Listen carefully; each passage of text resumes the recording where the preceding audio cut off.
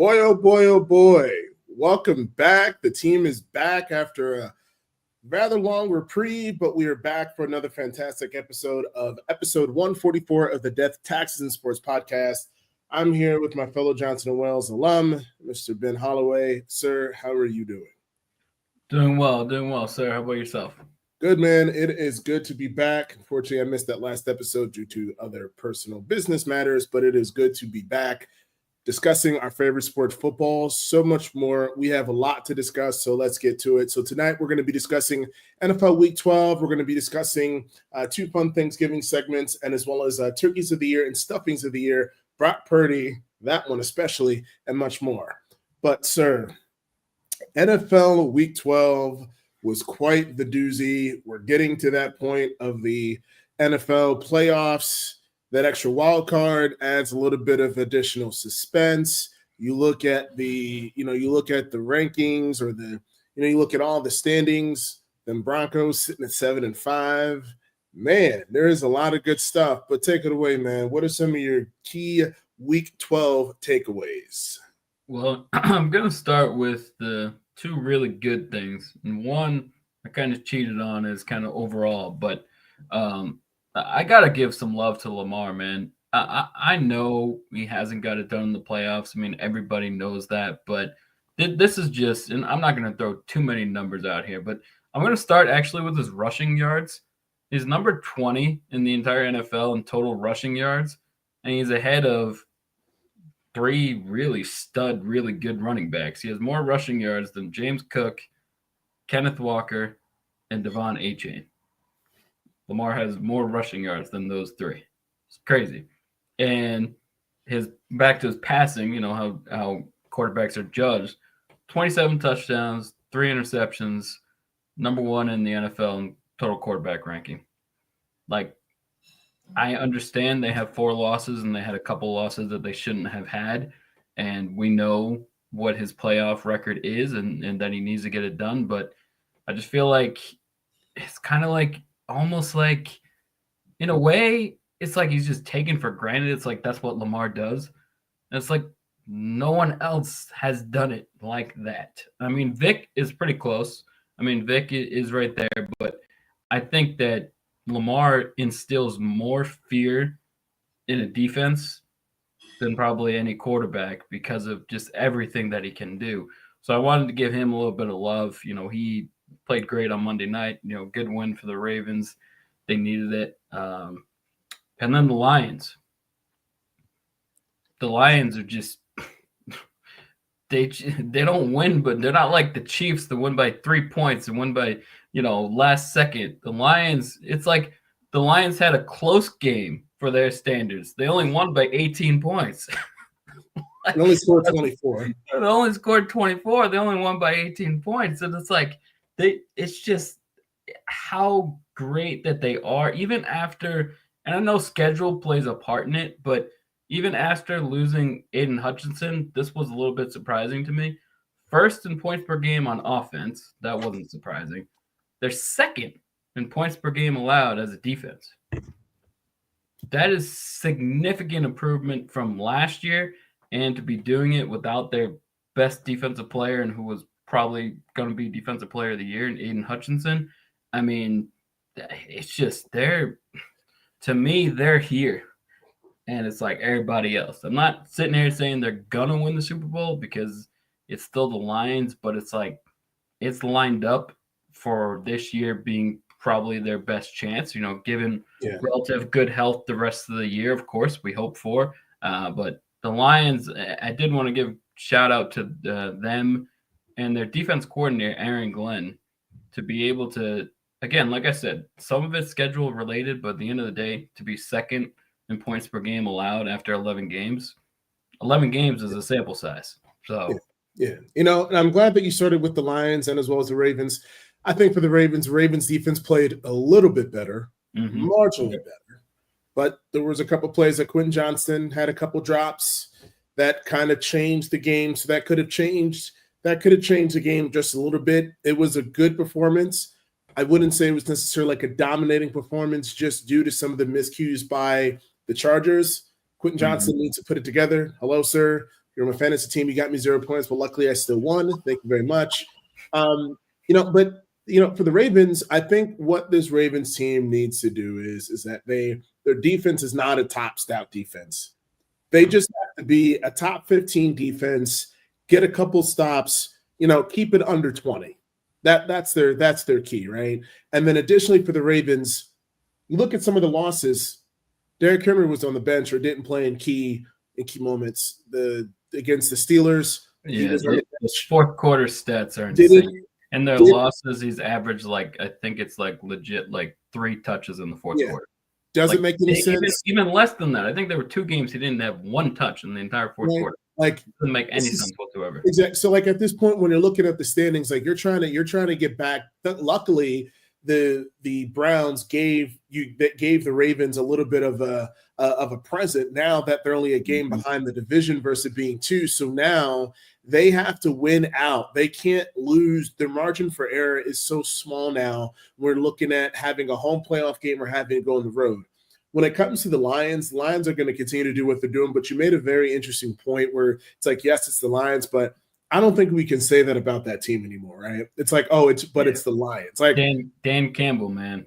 Yeah, they're no longer, oh, but it's the Lions, right? It's like we're saying, oh, like in 2017 when the Jags with Blake Bortles, were a quarter away from making to Super Bowl. Oh, but it's the Jags. But no, they made it. They were a half away from making to the Super Bowl. They continue to dominate their opponents. The way that they came back after Jared Goff was down, with 5 interceptions and still won a game against, say what you want about the Texans, still a heck of a comeback.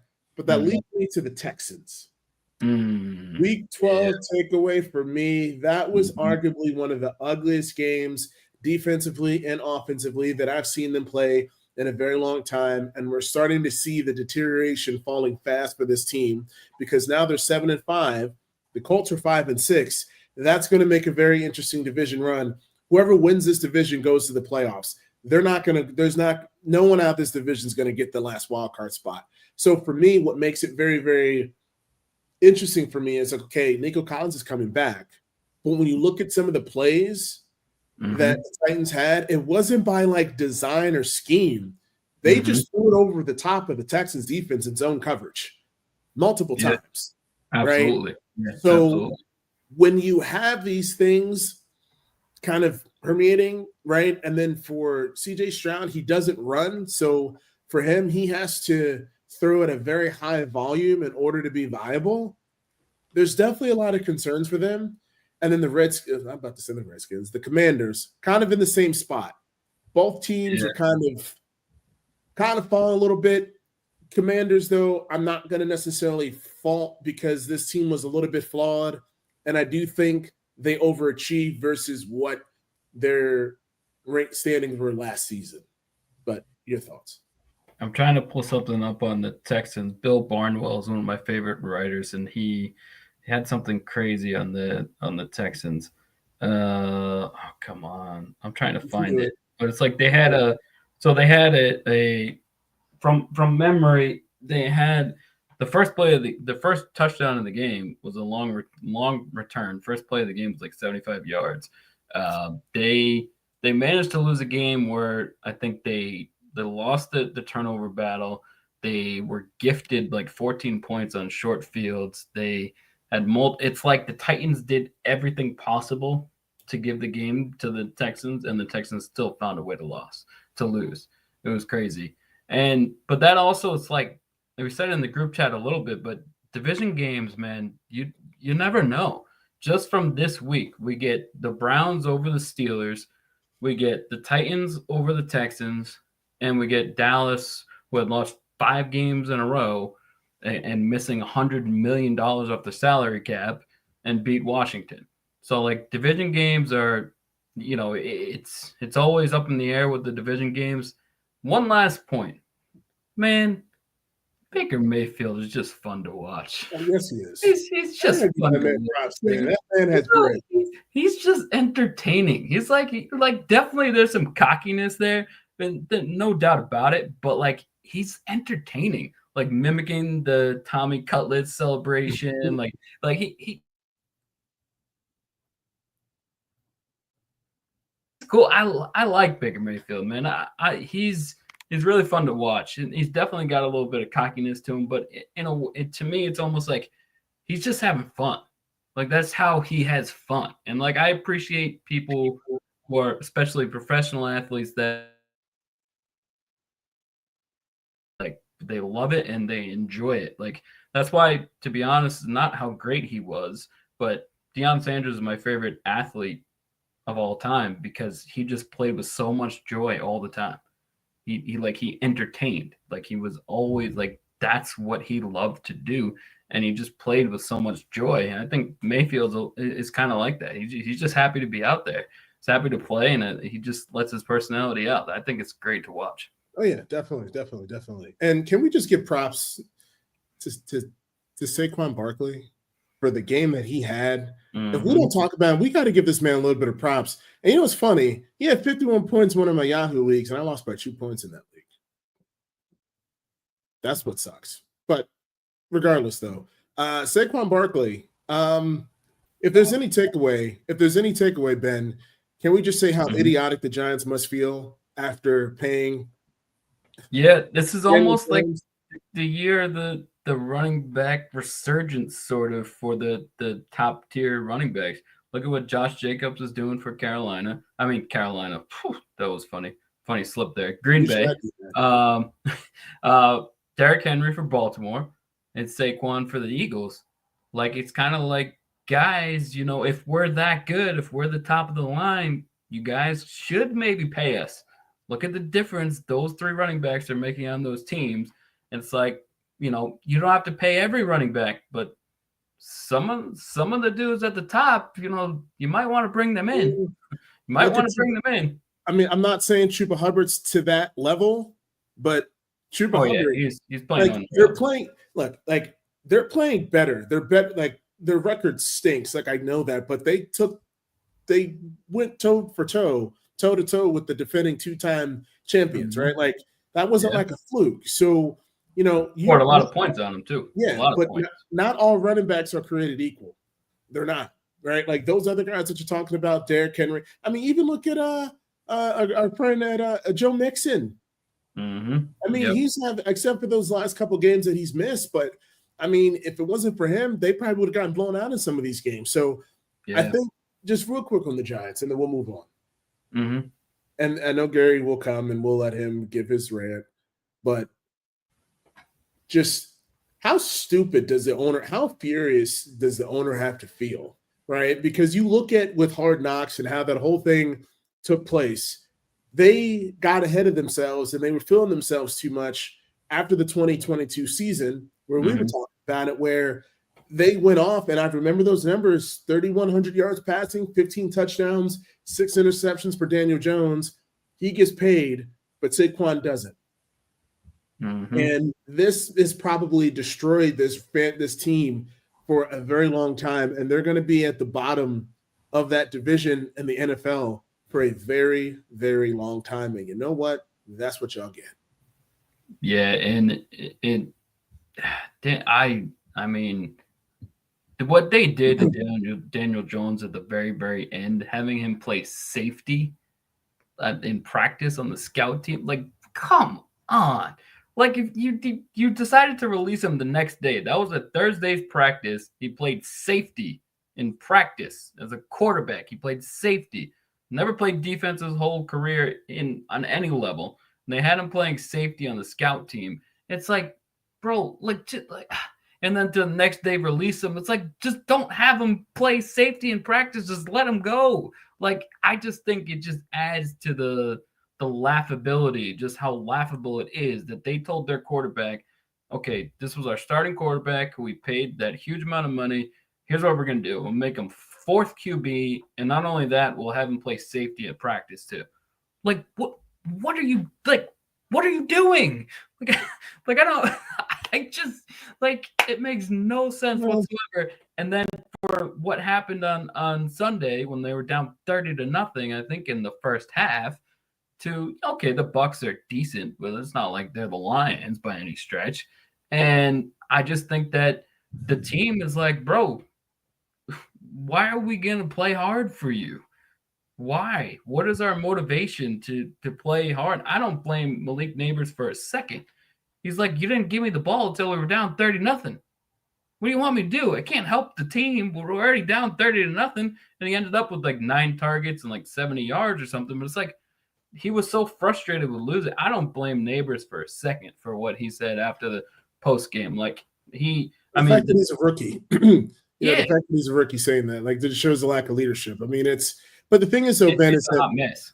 But like the thing is, though, is like there's a difference between like making a decision and it's like not working out because you had data to quantify making that decision, but you made a blatant decision that you knew there wasn't any sufficient data there for you to believe that Daniel Jones was the reason why they made the playoffs in 2022. Right? No. Like, I mean, really, you said it, 15 touchdown passes in 16 games. What that shows me is that they limited the playbook to what he can do, and they ensured that he didn't make mistakes. Okay, like 3,000 passing yards is like the bottom of the barrel rookie. Like that's just, you see it. Saquon would get a big run, they would win games. I don't know, man. It's very, very, very frustrating. Well, for comparison's sakes, I know they're the top of the line, but there's 2 quarterbacks with 3,000 yards already, and we're in November. There's actually 3. Burrow, Geno Smith, and Lamar. So exactly. And it's just the classic case of prisoner of the moment. Exactly. Like there was a sample size before that year, and you reacted to that year and that year only. And I know they won a playoff game, and I know the Eagles went on to make the Super Bowl that year. But to lose as bad as they did against the Eagles, that to me should have been like, all right, maybe we weren't that good. Yeah, and the game against the Vikings was not. And Vikings, they won by like 3. They won by like 3 against the Vikings, and the next week they lost by like 30 to the Eagles. But the Vikings had a negative. Point differential. They were like 13-4 or something with a negative point differential, something like that. Made absolute no sense to me. No sense whatsoever. But all right, let's move on and let's kind of keep this thing going here. I'm going to start with this one, if you don't mind, because this one is definitely a little bit intriguing. I'm going to throw – I know we said that we wanted to pick a team here. So NFL playoff picture, right? So for this one, we're going to choose one team from the AFC, one team from the NFC currently out of the playoffs who's going to make it. And honestly, for me, I had a real hard time picking. And for the AFC, it's either Miami or the Bengals. And I just really think who has the hotter hand. I'm going to go based on recent history. I'm going to go with the Bengals because for some reason they always find a way. I don't think they're going to do it. But there's a lot of different factors that have to happen. For one, those 7-5 Denver Broncos have to go on a serious slide. Mm-hmm. And based on the way that they're playing and based on the schedule, I think every game minus the game against Kansas City. I think, honestly, even the game against Kansas City is very winnable. The way that we went into Kansas City and almost beat them by field goal. So if they come to Denver, they might be resting their guys by that point. So I don't see there not being like, I have more confidence in my Broncos now. And I'm not saying, I've been hard on them. Mm-hmm. I think that every game is winnable from here on out. I really do. But we'll see what happens. But for the sake of argument, I'm going to go with Cincy. The next 3 games for Cincy are Steelers, Cowboys, and Titans. And then for Miami, Jets, Texans, 49ers. Those next 3 games for those teams are going to make the difference. But what say you for the AFC? I cheated, and I just said no one. I think the 7 are going to be the 7. I was between Miami and the Bengals like you, and then I'm comparing schedules of the teams ahead of them, and I'm like, it's just not going to happen. I'm looking at, I was trying to be, like you said, those are my 2 teams, but I'm comparing the schedules for the teams ahead of them. And then when I'm like, they're 2 games behind. So that means they need to overcome 2 games in like a 7-game sample. It's not that easy to do. Like I literally wrote for this segment for AFC. I just wrote same. I got nothing. I think the 7 are going to be the 7 that are in right now. So I kind of cheated on that one, but I couldn't find a way to get Miami, or because Miami does have a couple of easy games, but I did see that they do have some difficult games left as well. And they pretty much, I mean, they're already at 6 losses. The Bengals are already at 7. I think that they like 10-7 is the barometer. So you're asking two teams to go 6-0, the team that's 4-7, the team 5-6 to go 5-1. Like I can't see it. I'm only saying that because like I don't want to crown my Broncos as like sure shot playoffs. Absolutely. You know what I mean? Because when you think about it, right? Like we've gotten really lucky in some instances, and our roster, I'm just being honest, is very underwhelming, and we've been able to ride on the ascension of Bo Nix and Cortland Sutton, right? Our defense is stout, but our running game is very sporadic. Mm-hmm. Outside of Cortland Sutton, I just don't know. The Bengals, I would take the Bengals receiving core over mine any day. I would take Joe Burrow over Bo Nix any day. But again, I think we have a 2.5 game cushion, and I think that's going to be enough. But I just want to take it one game at a time, and I don't want to just get there yet. I'm already happy that we won 7 games. Absolutely. Yeah. You know, that's a victory for me. $70 million cap hit. But anyway, this isn't the Broncos DTS hour. But anywho, take it off with the NFC. I want to toss it to you. I want to see what your thoughts are this week. NFC, I went with Tampa Bay. And here's what they're looking at schedule-wise. They got Carolina twice.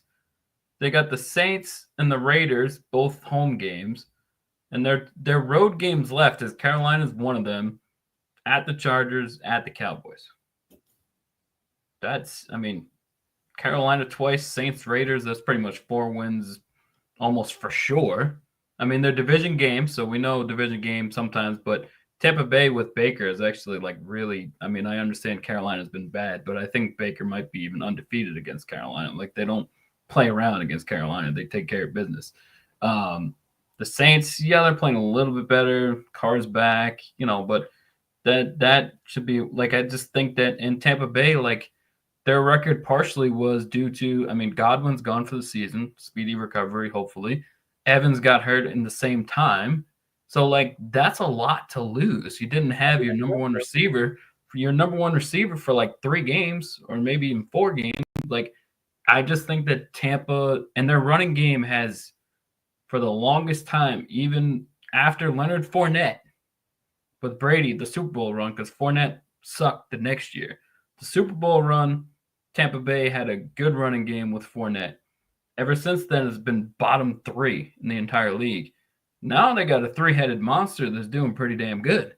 Yeah, Bucky Irvin, Rashad White, and Sean Tucker. Yeah, they got some running backs now on top of, Evans is back, and obviously Cade Otton has been really good at the tight end spot. I just think that they got a little bit of mojo, and it's like kind of like they're not that they've been great, but they're kind of used to being in the playoffs.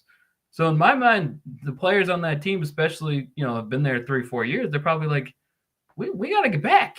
We like playing in January. We got to get back. So I think Tampa Bay finds a way to get in, even if they don't catch Atlanta. I think they can get in as a wild card. So Tampa Bay was my answer. Okay, I like that one. I really do.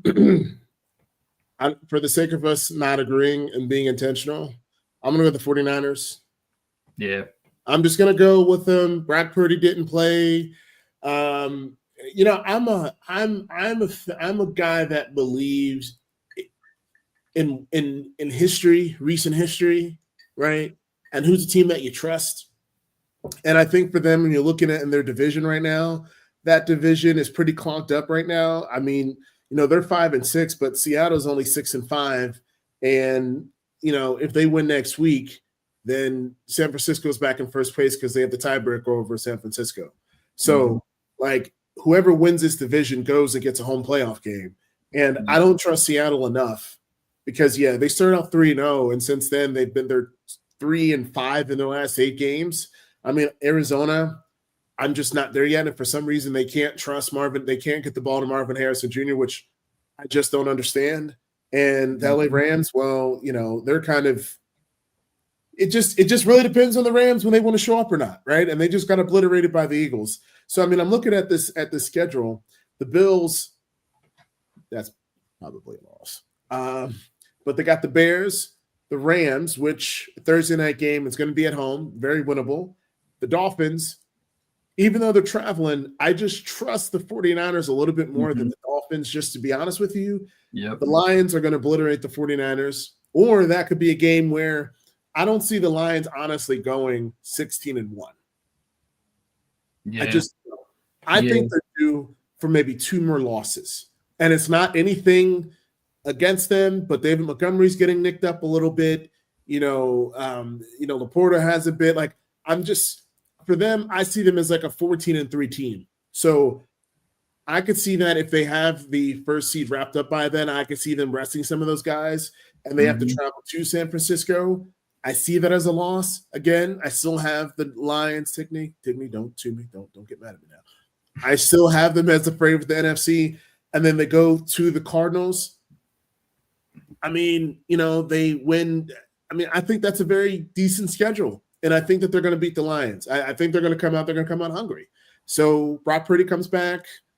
Get Ricky Pearsall some goddamn targets. 0 targets the last 2 games.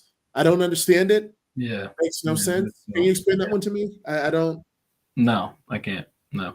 I don't get it, but whatever. So I'm going to go 49ers, sir. 49ers. Yeah, that was very tempting as well. And they do, quote unquote, have the easiest path because the division is very winnable still, as you pointed out. So they do have the easiest path, and definitely they could get there. It just feels like, I mean, there's just some like weird, like,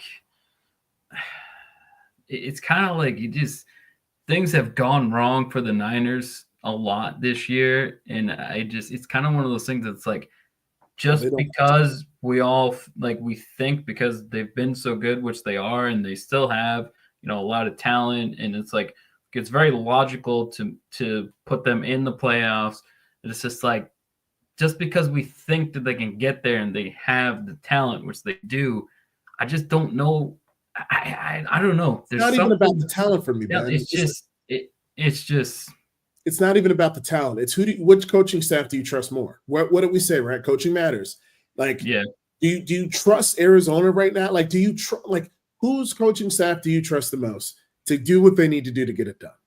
Yeah, absolutely. There's no argument there. I mean, Shanahan's a great coach. Yeah, I would love for the Cardinals to win. I would love for them to have a playoff game here in Arizona. I would love it. I would go. Come on, fly out. We'll go golf. Anyway. All right, sir. All right, let's keep this thing going here. Chargers and Steelers. This one I'm definitely very interested to get your thoughts on. So we're going to discuss what defines success for both teams in January. Are both Super Bowl contenders? And what overall thoughts? I'm going to start with this Chargers team. I think for them, it's just getting into the playoffs and winning one playoff game. To just be honest, like I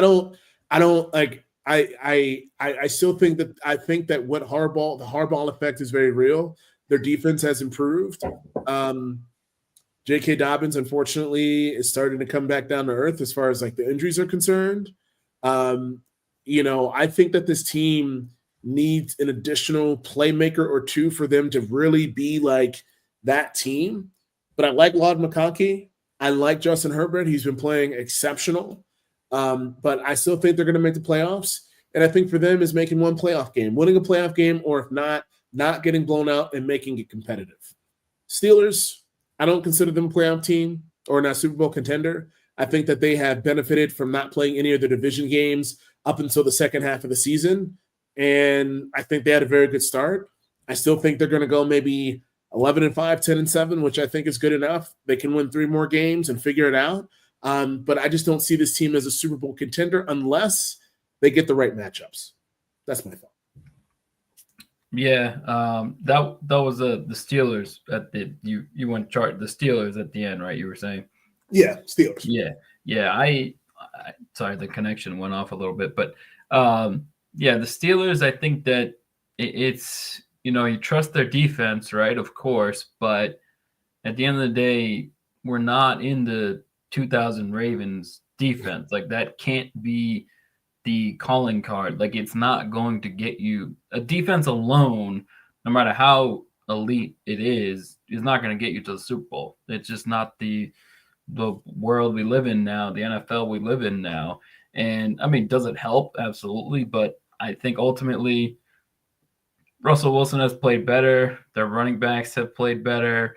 They're putting up points, but do you really trust the offense? That's the kicker for me.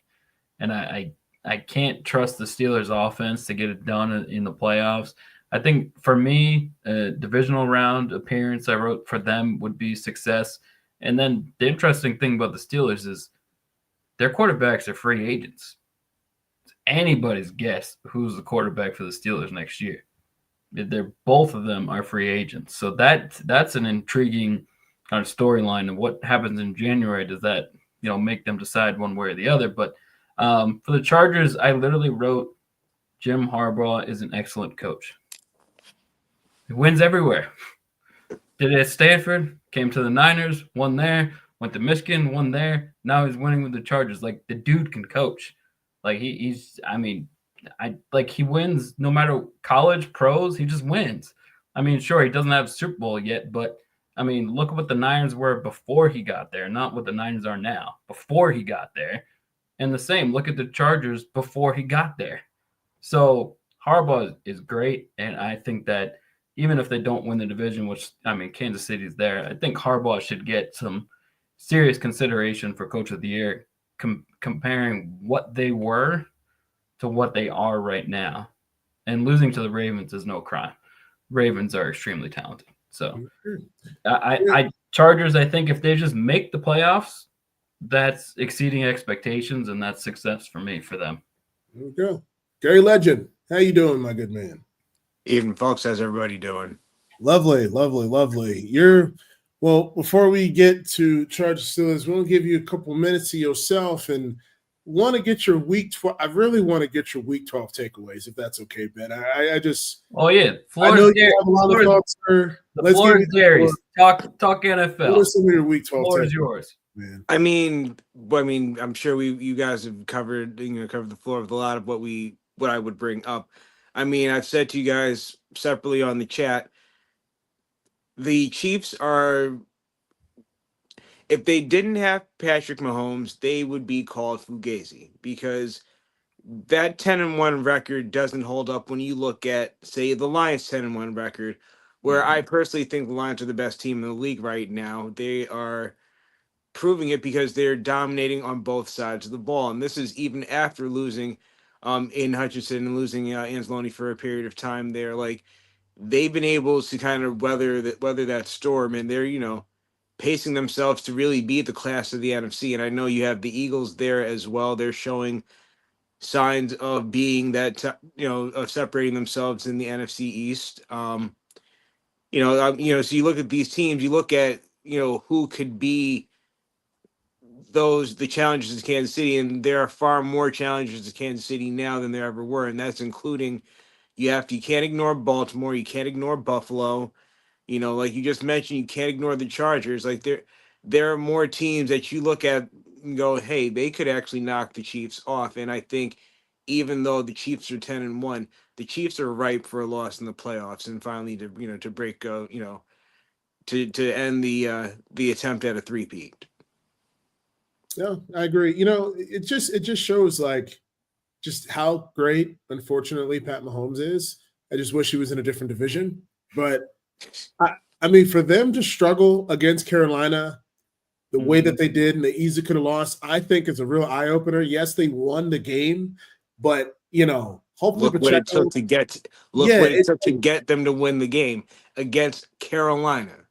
Like, you just can't keep winning games like that. Like, the aggregation of attrition is going to be a little bit tough. Ben, I'm just kind of curious what their point differential is in their games. I'm just curious. But any other thoughts, Gary, on any other Week 12 takeaways? Did you want to reflect on Saquon's fantastic performance, or was there anything that Jeff? I'll just answer you really quick. It's less than 5 points per game. Jesus. 52 plus 52 in 11 games. Look up 5 Detroit's loss. points a game would be 55. So less than 5 a game. So can you, while I answer Jeff's question, can you look up Detroit's just for comparison? Plus 177. There you Jesus. go. There's a difference. 125 games. I mean, not all 10-1s are the same. As far as Saquon, he outgained the Giants as a whole by himself. Like he by himself. That's the craziest stat of the year. Outgained Right the New York Giants from this past Sunday. What can you say about that? Should he be in the MVP conversation? Sure. Should Derrick Henry be in the conversation? Sure. The NFL loves him a good quarterback, so I don't know if they'll actually win it, but you know, Saquon is definitely making a hell of an argument, and he's proving the Giants to have been wrong, which unfortunately has been a very common theme as of late. Facts. Well, let's get your thoughts on this Chargers and Steelers, and then Ben, we'll toss it to you first. Well, as Turkeys of the Year, what do you think defines success for both the Chargers and as well as the Steelers? Are we thinking Super Bowl? Are we thinking Super Bowl playoffs? What are your thoughts? So I'll answer the Chargers first. For the Chargers, I think they have to win at least one playoff game for this season to be a success. We've seen them in the playoffs. We've seen them up in the playoffs. And as we saw a couple times this season, they've been up big in games and their defense doesn't hold up. Their offense gets stagnant and gets, fat and happy off of the big first half. And they end up getting burnt for that. So I think, for them, progress is a playoff win. The same can be said for Pittsburgh, but I think just the sheer fact that they are where they're at right now, I have to give a lot of love to Mike Tomlin, because knowing full well what the end of their season is going to look like, the gauntlet that they're about to go through, you had to front load wins. The fact that he got to the high side of the winning record already, like now you have room for, a loss here or there.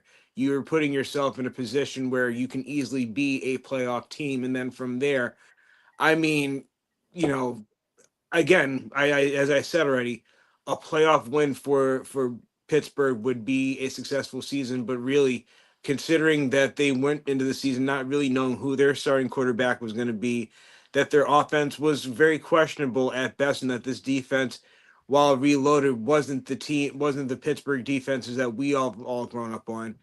For them to be where they're at right now it's a step above commendable. It's almost damn near miraculous. And I think for them, they did what they had to do. They front loaded. They got a winning record through this, first stretch of the season. And, they're going to set themselves up for a nice playoff run, which really, when the season started, who thought that would have been the case? Exactly. And Russell Wilson, it's been looking a little bit of a genius, decision going from Fields to Russell Wilson. But I don't know. We'll see how this one goes. All right, Ben, let's get to this stuffings of the year. I'm going to let you take away this one because this was your baby here. So I'll let you lead this one, my good man. Well, I was going to go turkeys first. Okay. My fault. See, 3 then 4. My bad. Well, take it away. Take the next 2 seconds this away. This is definitely stolen from Pardon the Interruption. So shout out to Tony Kornheiser and Michael Wilbon. They do it annually. Turkeys of the year. It's in simplistic, either players or coaches or organization, whatever you want to say, dumb plays or dumb decisions or whatever it is. And my thought is kind of we just go around. That way we let each other kind of react rather than us bullet pointing them down. So we'll just kind of round robin and toss it around and have some fun with it as we go along. I'll start with a very, very, very recent one that I might be stealing from you guys, but I'm going first, so I'm taking it. The coach of the Patriots, Gerard Mayo, with what he said after that game. Oh, man. I'll give you the quote, which you all know, but I'll say it for the audience now and in the future. Once they step in between the lines, there's nothing I can do. He really said that? I didn't even realize he said. Say that one more I time. remember he said it, and I was like, not in real life. Yeah, once they step in between the lines, there's nothing that I can do. Legit, I mean, not even like that. That was the quote. You could try to coach. Like that is that is the head coach. That is the head coach that is saying once they get on the field, I can't do anything. Like basically, he said, practice, but once they step in between the lines, there's nothing that I can do. I don't see him coming back, bro. I mean, do you see him making it? Do you think? I mean, that is got to be like, even if the Patriots before the season and Kraft were like, you know what, we know we don't have a roster in place, for you. We're gonna give you the coaching job for this year and last year at minimum. Even if that was their plan, after something like that, I don't know if they can. The exact, to be exact. I mean, it's basically what I said. Once those guys cross the white lines, there's nothing I can do for them. Like, well, you can make adjustments. You can change the play calls. You can. There's still a lot that you can do as the coach. So that is almost a dumb enough statement to be like, you're not coming back. Like, we knew we didn't give you a good roster. We knew we were basically tanking to get another high pick to get you a better team next year. But like, that's pretty egregious. Like that is your head coach who said once the game starts, basically, I can't do anything. Wow. I mean, yeah, I didn't even know he said that. That's bad. That's really, really bad. Gary, I'm rooting for the guy, but I mean, after saying something like that, and here's my thing with the Patriots, right? Like, you got to be able to see some level of competence with a team that doesn't have a good roster, right? Like, you're not good, but you got to see a level of competence, and we're just not seeing that with them, right? Because that comes down focus on fundamentals. They can have too many costly penalties. They shoot themselves in the foot in some games. Like, it's real hard for me to see him coming back because there's no level of competence with this team, and that statement shows it. But take it away, Gary. You next. So thinking about it. Staying in football, I'm gonna go with Metropolitan New York football. What I mean by that is both the New York Giants and the New York Jets. I'm going to start with the Jets first because there's a lot to unpack with the Giants, but with the Jets, I mean, what can you say? This was supposed to be the season where it was all in, all or nothing. You had the loaded up offense, you had a solid defense, you had Aaron Rodgers, who was supposed to come back from this Achilles injury, even though he's 176 years old and all that. Like, you're supposed to ride this wave of momentum to a 12-5 record. You win the AFC East, you find yourselves in the playoffs, and who knows, you can finally break through to the Super Bowl. Or you can be the same old sorry ass New York Jets that you've been for the last 14 years. It's the same. It's the sorry ass Jets with newer, nice, and better players. You look at Devontae Adams. Like, he thought he would come over and be, the catalyst to help turn the season around, and that hasn't materialized. Aaron Rodgers. I said it before. I'll say it again. He is cooked. As Shaq would say, barbecue chicken. He's done. He's he's Peyton Manning on the Broncos at the very end. Yeah, where if they were going to win a championship, it wasn't going to be because of his arm. It was going to be because of everything surrounding him. So with the Jets, you got rid of Robert Saleh, your defense, which was your calling card, and at least a good reason why you should watch, decided to then crater. I don't know if that was out of protest to him or what, or just it ruined the stability of that defense. But now that team is a green and white dumpster fire. And speaking of dumpster fires, in the same complex. Yes. super quick. The Carolina Panthers and the New York Jets in almost December have the same exact record. That's not good. The New York Jets and my New York Giants have close to the same record. One of them was supposed to be bad. The other one wasn't. And we find ourselves to be both terrible. So yes, I will go to my blue and white dumpster fire. You got rid of Saquon, and Saquon has just done nothing but show his entire ass to you to your team all season long. I went there, his game when he first returned to MetLife, and as I said when we last were on, and now it hurts more seeing him score in the Eagles uniform. Take my word for it. It was painful to watch, and to see him be so dominant. It's the reminder that the Giants got it wrong. That Joe Shane got it wrong because he thought that the days of the running back, the dominant power running back, were done. So he banked on Devin Singletary and Tracy. Like he banked on that, and even the two of them put together doesn't equal one Saquon.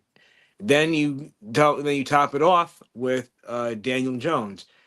I mean, he's trash. At least in a Giants uniform, he's trash. Like, and yes, we can sit here and talk about the same issues with the offensive line. I'm like, other teams have had issues with offensive lines that have not been this level of terrible that they have been. So, just as a whole, we all thought it was going to be a renaissance in New York football this past season, and it's just more of the same, which is a crying shame for all New York football fans. And I know the Bills are in New York too, but that's South Canada. Who cares? I mean, where's the lie? Where's the lie? There's really there's no points on it. And I'm gonna take a little bit of consistency here for football purposes. I'm gonna go with the Cleveland Browns. Continuing to play Deshaun Watson when goddamn well he can't get you any wins. And not going with our friend Jameis Winston with his great motivational speeches. That man has a career in public speaking somewhere. And damn, I just feel good whenever the man speaks. This was a team that was in a position to not just contend for a playoff spot, but maybe even potentially a Super Bowl. With that type of defense that they had, they went 11-6 last year with Joe Flacco. Mm-hmm. And then what conventional wisdom telling you, like, you just giving it back to Deshaun Watson. I really do think that was an ownership move because of the amount of money that the Haslam family is paying Deshaun Watson. And to be honest, the coach could never say that because you get fired. Exactly. The coach has to continue to say it's my decision, even if it's not. So people don't. It's not always what it says. Like, he can't say the owners are making me play him. Like, the owners are cashing his check. Like, come on now. Exactly.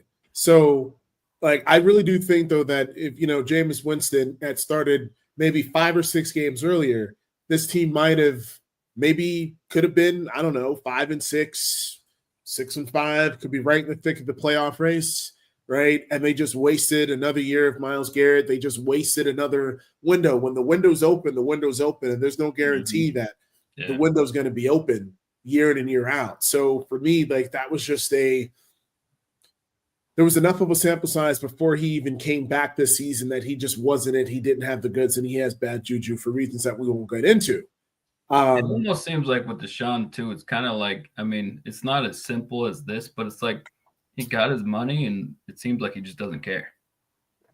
Like, it's not as simple as that, but like, to be, I know it's 2020, so it's a little while back now, but he was one of the best 5 quarterbacks in the league in 2020. Mm-hmm. And to then become one of the worst 3 over, statistically, in a lot of cases, he's the worst in the NFL. To be that shows me you don't have any pride and you don't care. And you don't care because the money is guaranteed. Because that was the other stupid decision the Browns made, making it all guaranteed money. So it's not as simple as that, and I'm sure that he does want to win. I'm not saying he doesn't want to win, but I don't know if his level of effort and intensity and all of that competitive drive is like at the nth degree. In professional sports, that all needs to be on 15 out of 10. Yeah. And if it's not, it is what it is. Things can happen. So I think that yeah. We don't want to go too far with him. I'll go. And I just got my one next. more. Okay, go for it. One more. Yeah, we'll all have a couple.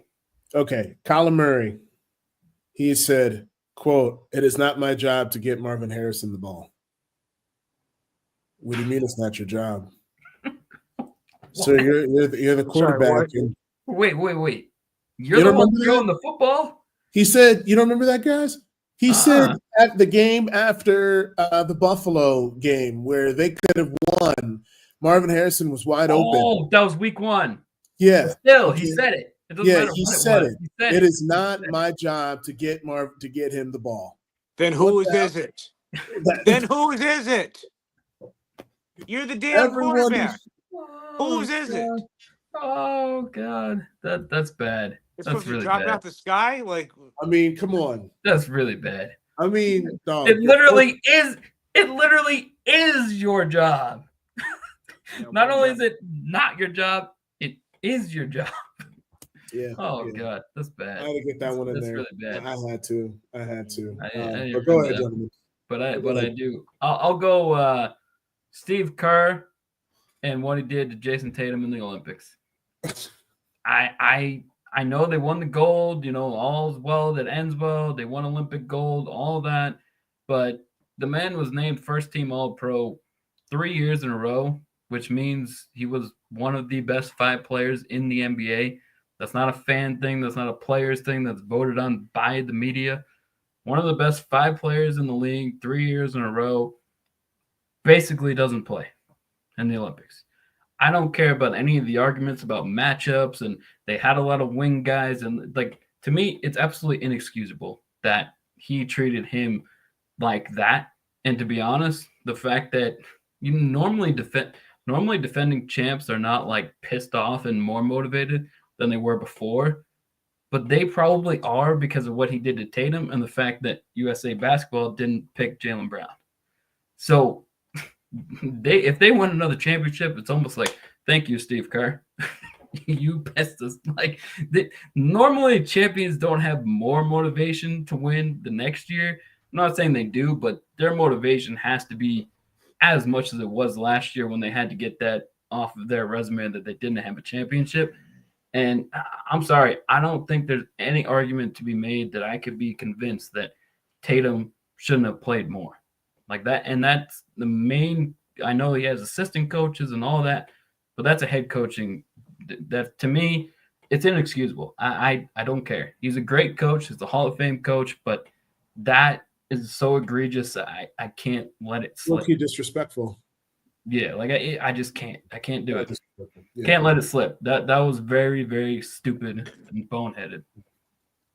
Gary, what say you? You got any more? Or are you good? I feel like they weren't talked about enough, but the 2024 Chicago White Sox, that's just bad baseball. Just a lot of really bad and I can't talk too much. My Yankees got to the World Series and got spanked, yes, but they were just bad. They were bad almost every night. They had at least 2 losing streaks of 14 games in the same season. How are you guys even considered for a once proud franchise? And I say proud knowing the whole Black Sox scandal and all that, but still, for this team that has been okay, for them to just bottom out the way that they did, they've surpassed the 62 Mets as statistically the worst team as far as record wise in Major League history. How do they climb from that? Because I don't see them all of a sudden being a contender and winning 100 games, but how do you move forward when you were that bad? And I know there's been teams, the 2021 Orioles, the 2018 Orioles, the 2003 Tigers. Like there have been teams that have been as bad and have, made moves to be better. But this is a truly terrible team in a not that bad, like in a division that's easily winnable. Yeah, I would agree. Since we're talking about bad teams now, I just feel like I got to throw in more. How about Florida State going 2-9 after going starting out 13-0? Oh, I'm so glad. Oh, they were Okay, on my like, list. 13-0. like and I get it. 2-10 since then. Like I get it. Okay, you lost a lot of players. You lost Keon Coleman. You lost Trey Benson.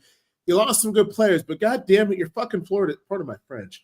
You're Florida State. Like I mean, it's not like no one is expecting. Like realistically, in the NIL era, no one is expecting a team. Well, I don't know. Florida State's different. They're. Would we say they're an iconic football team? Like, would we say they're like a creme de la creme, like a blue blood type they of college? are. Yeah, Okay. college football history. I mean, Okay. you got you got Michigan, Ohio State, Florida, I would say University of Florida, not recent, but in the past. Yeah. Miami and Florida State. Yeah, Those Florida State, they won a historical national title 10 years ago. Like they won a national title 10 years ago. They won 2 in the last 27 years. So, I mean, this is not like, and they're in the ACC. You know what I'm saying? So, it'd be one thing if they were like in Indiana, right? If we said next year Indiana went 2-10, whereas like they started out 10-1, right? They're freaking Indiana playing the Big Ten. But damn it, you're Florida State playing the ACC. The only competition you really got to worry about is Clemson and Clemson. Okay. Like we thought, okay, they lost to Ireland in the Ireland game, to Georgia Tech. Okay, whatever. But to go 2-9 and to just have a complete meltdown the way that they had it, considering they went 13-0 and won the ACC title last year for the start. Damn. 13-0, and since then 2-10. Like, dog. I don't care who you lost. That's inexcusable. He's got to get. Like, he's got to go. I'm sorry. And there's no way in my mind Deion Sanders takes that job because A, what we're talking about, and B, they should have already hired him. He should have been there. He shouldn't be in Colorado. He should be at Florida State right now. I think there's absolutely less than 1% chance Deion goes to Florida State. It's not happening. I don't see that at all. And them to be where they are, it's tragic. It's bad. It's bad. Absolutely tragic. But okay, guys, let's keep this thing going here because I want to get into some fantasy football here. Let's do Turkey. Well, Ben, take it away for stuffings of the year. This one's going to be fun. Take it away, Ben, and then Gary, go for it. Yeah, so this one I just was like, what else is Thanksgiving? Turkey and stuffing, right? That's the most common. So I'm like, well, what can we do with stuffing, or like what? So stuffings of the year, stuff that was talked about too much, teams, players, whatever, things that were talked about and discussed way too much, and we already said it, so it's a little bit of overkill. Now we're probably doing what the segment is, but the Jets, like just everywhere, every week. Like the Jets, just to me, for a bad team, which they were last year. I mean, yes, of course, you had Zach Wilson at quarterback, but for a bad team to get as much, I get it. It's Aaron Rodgers. Even when he was hurt, he's still making news that he might come back from an Achilles and all. Like, come on. Like, Aaron Rodgers is more – you want to know why Aaron Rodgers – I mean, there's a lot of reasons, but Aaron Rodgers is, like, more addicted to the attention and media than he's addicted to winning. When he's not being talked about, he finds himself a way to get talked about. So the fact that he was ever going to come back from a torn Achilles in the same year it was never going to happen. And to me, it's just like him being like, "Hey guys, I'm still here. Remember me? Like I'm still here." I just think that, I mean, there's a multiple of reasons why. We won't go there now, but to me, he's really, really loves the attention. Really loves the attention. And I guess that's part of the reason the Jets have been covered so much, but it's like, we're talking about overkill. for me, that's the first one that comes to mind. Okay.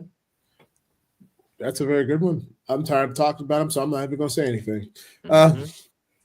Gary. Jerry Jones. I get it. The Cowboys are America's team. I get it. The exposure throughout the 80s and 90s and all that, like, they built quite a fan base, not only nationwide, but worldwide. I get that. But when your owner, president, and general manager and mouthpiece is the same person, and this same person, I got to look it up because I don't want to play him and get the wrong age, that this person who is, let's see, according to Wikipedia, is 146 years old. No, he's 82 years old.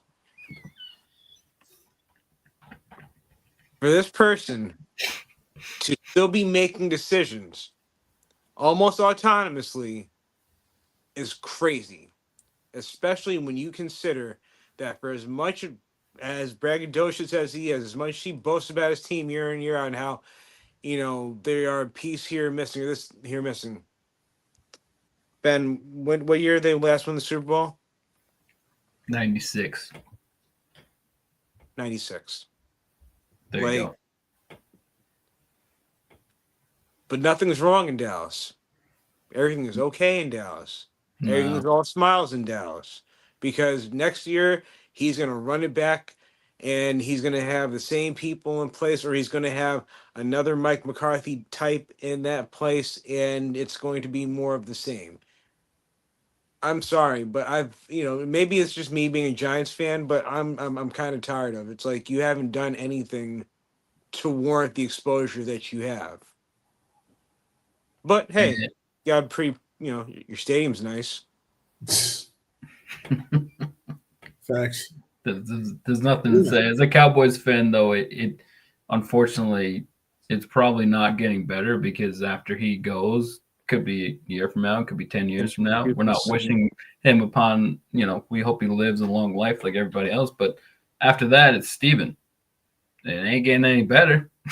it's not like it ain't getting any better. It's gonna be more of the same. So Cowboys fans, I know you're sick of it, almost 30-year drought. Just, unless you want to pick another team, just prepare.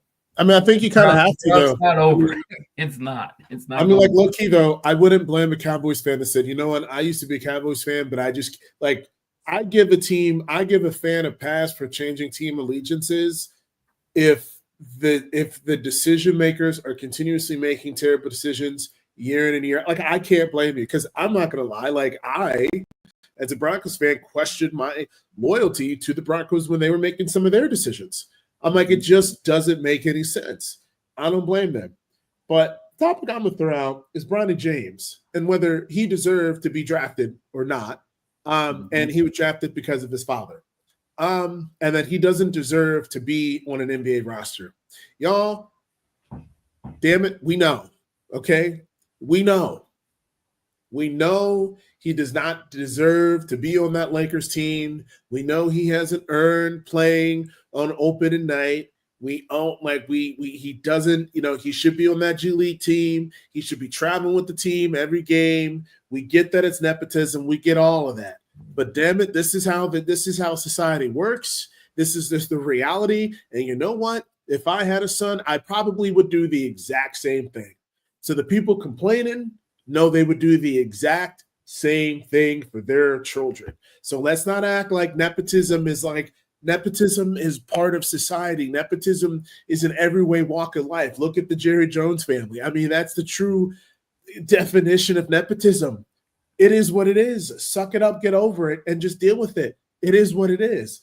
If coaches and organizations can do it, darn it, players can do it too. Yeah, absolutely. And he's LeBron James. Like, not anyone could do that. Like, that is LeBron James, okay? So, like, he's arguably one of the top 3 best players to ever walk the face of the earth. But, Gary, I feel like you have something to say, sir. I mean, if to play devil's advocate, maybe it's like a fan of me, whatever. But, like, I think they got the moment out the way. I think to yes, you're absolutely right. The overexposure, whether he should have been drafted, you know, that's going to always be up for debate. I think where he was drafted was appropriate, late second round. If he was going to be drafted, I don't think he was supposed to be a lot. He definitely wasn't a lottery pick. So at least the basketball guys, the NBA did right by that. And then again, they had their moment opening night. Bronny's now on a G League team, now with the South Bay Lakers on their G League team, and he's learning the craft that way. They're handling it the way that they should. And I think, again, they wanted to get the moment out. It would have been the cloud over the season all year long had they waited and waited and waited to have that moment. It was either going to have to be at the beginning of the season, or if the Lakers were out of playoff contention, fine, give them a feel-good moment to end the season with. But they made the decision. They were smart for doing so, and hell, they're 10-6. They're doing all right now for what it's worth. And the other thing too is okay, the other thing was okay. Well, they could have waited 6 picks and signed him without drafting him. How do you know he wasn't going to get drafted? Because there are plenty of talks where teams, were thinking about drafting him. So, okay, yeah, they were at 55, but maybe they didn't want to take the risk of, hey, let's sign him as a free agent, and then he's drafted 59, and then that's out of the park. And then if you talk about pissing off LeBron, he's the 55th draft choice. Come on. He's ridiculous. The 55th draft pick, though. I mean, we're not talking like he's the first round. You know what I'm saying? Who are you getting better at 55? He was a McDonald's All-American. He's not a scrub. He wasn't a top 10 pick, and the NBA was smart. No team overextended for him. He landed where he was supposed to land. Though I will say how the Lakers got Connect at 17, the SEC Player of the Year at 17. That's bad. That's bad on the other GMs because that's just and you're looking at this guy Sarr or whatever his name is. He's absolute trash. I mean, some of these guys that were drafted top 5 were absolute trash. They should draft me. You know what? They should have drafted us 3 in the top 3. Hell, we could have scored some buckets. We probably could have averaged more points per game. Okay.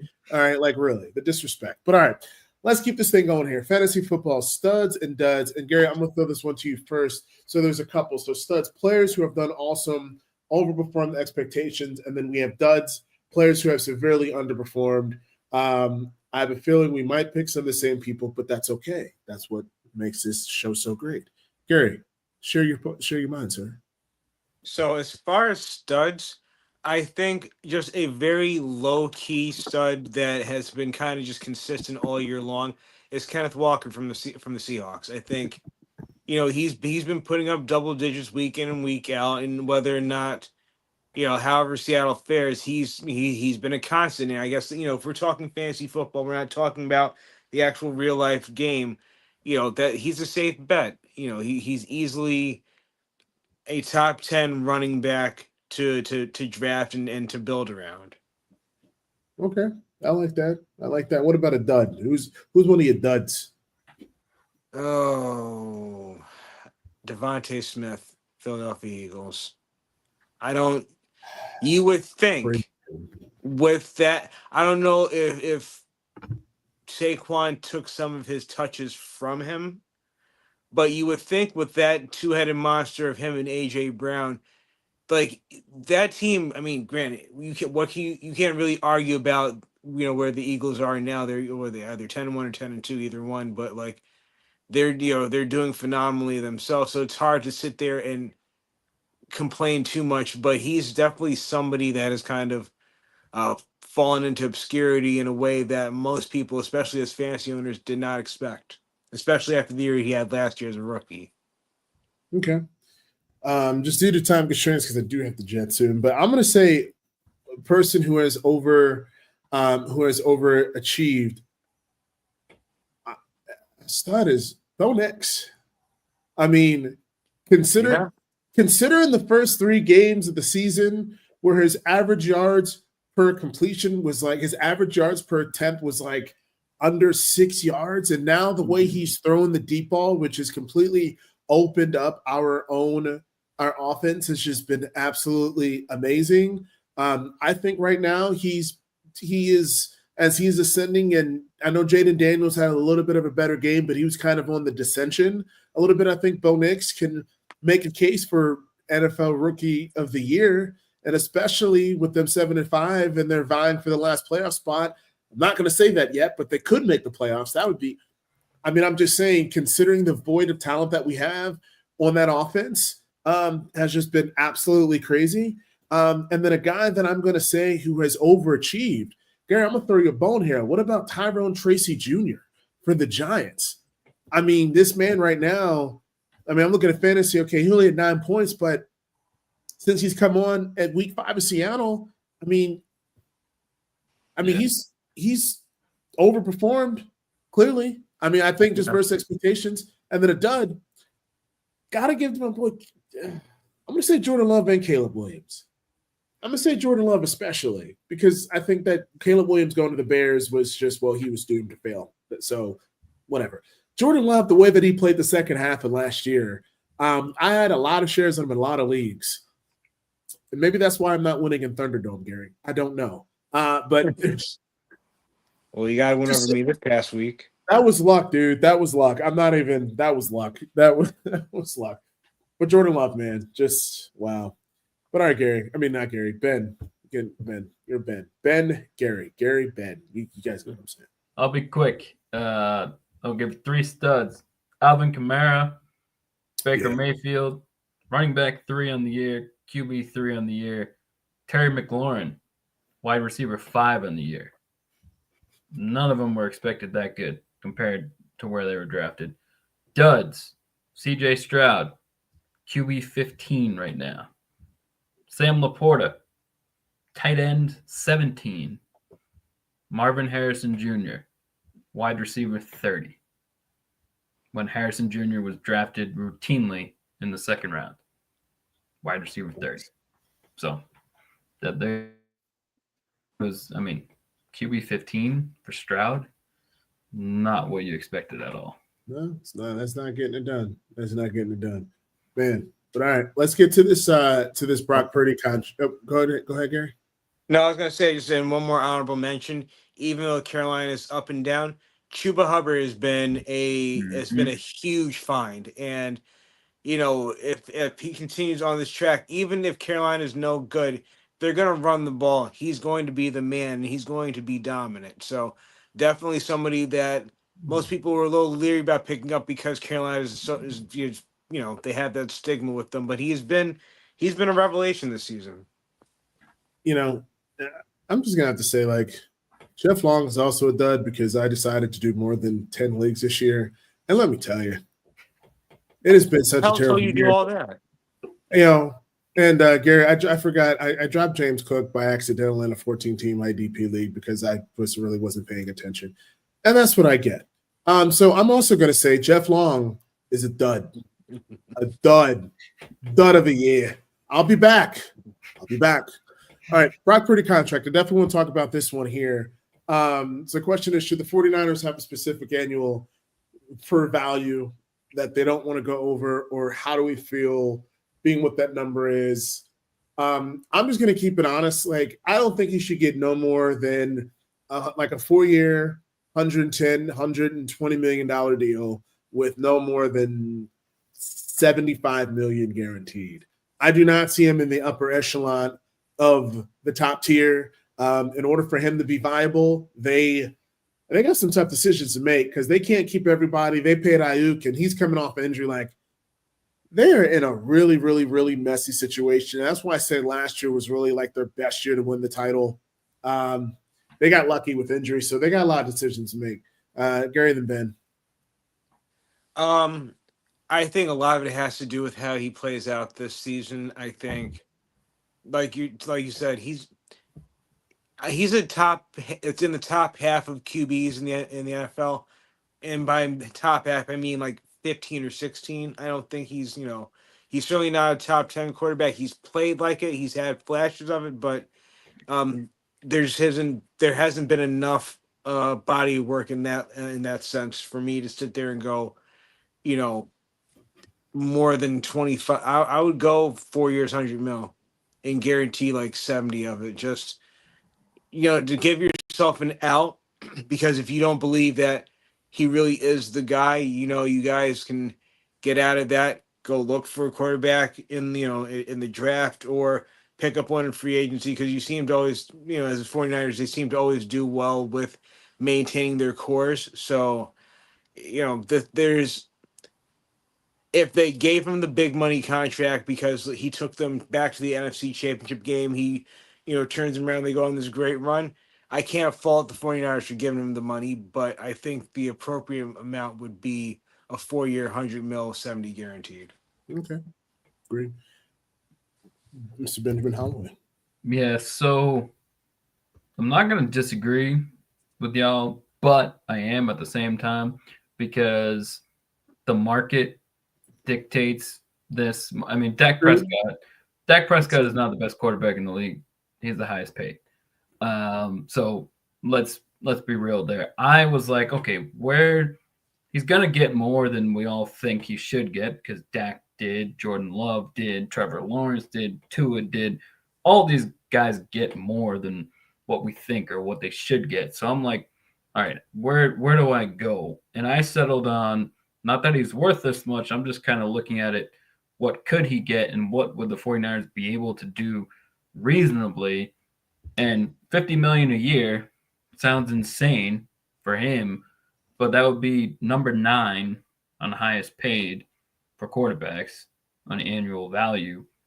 So that I think, to me, is where, I mean, it makes sense to me if they're gonna, because he has to get a significant pay upgrade. He's the last pick in the draft. But are they going to Dak Prescott 60 a year? No way. But I think 50, I looked at the annual, and I'm like, that's under Hurts, that's under Tua, that's under Lawrence, and arguably Purdy's played better than all of them. Yes, he's had weapons. Yes, he's had great coach. But to me, I'm like, he's gonna be in the top 10 as far as annual value. So in my mind, keep him at the bottom rung of the top 10. 50 a year sounds, I mean, I'd rather do that than pay Dak 60 a year. So I mean, especially, also, we have to realize the cap goes up every single year. The NFL just makes boatloads of money.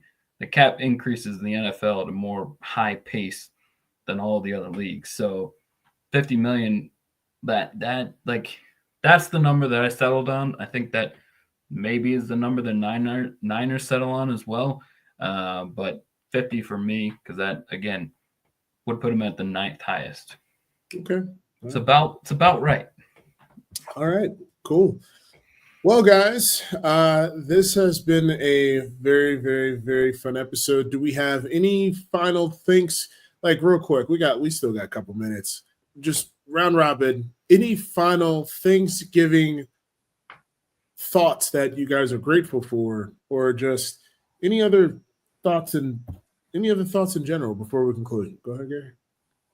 I think that the NFL should be allowed to flex the Thanksgiving games, because the very idea of the Giants and Cowboys playing on Thanksgiving Day at one point sounded far more fun than it's going to be watching it on Thursday. I will watch it because what the hell else is on? But like, that's not fair. That's not fair to America. Yes, you can play your Green Bay in Chicago.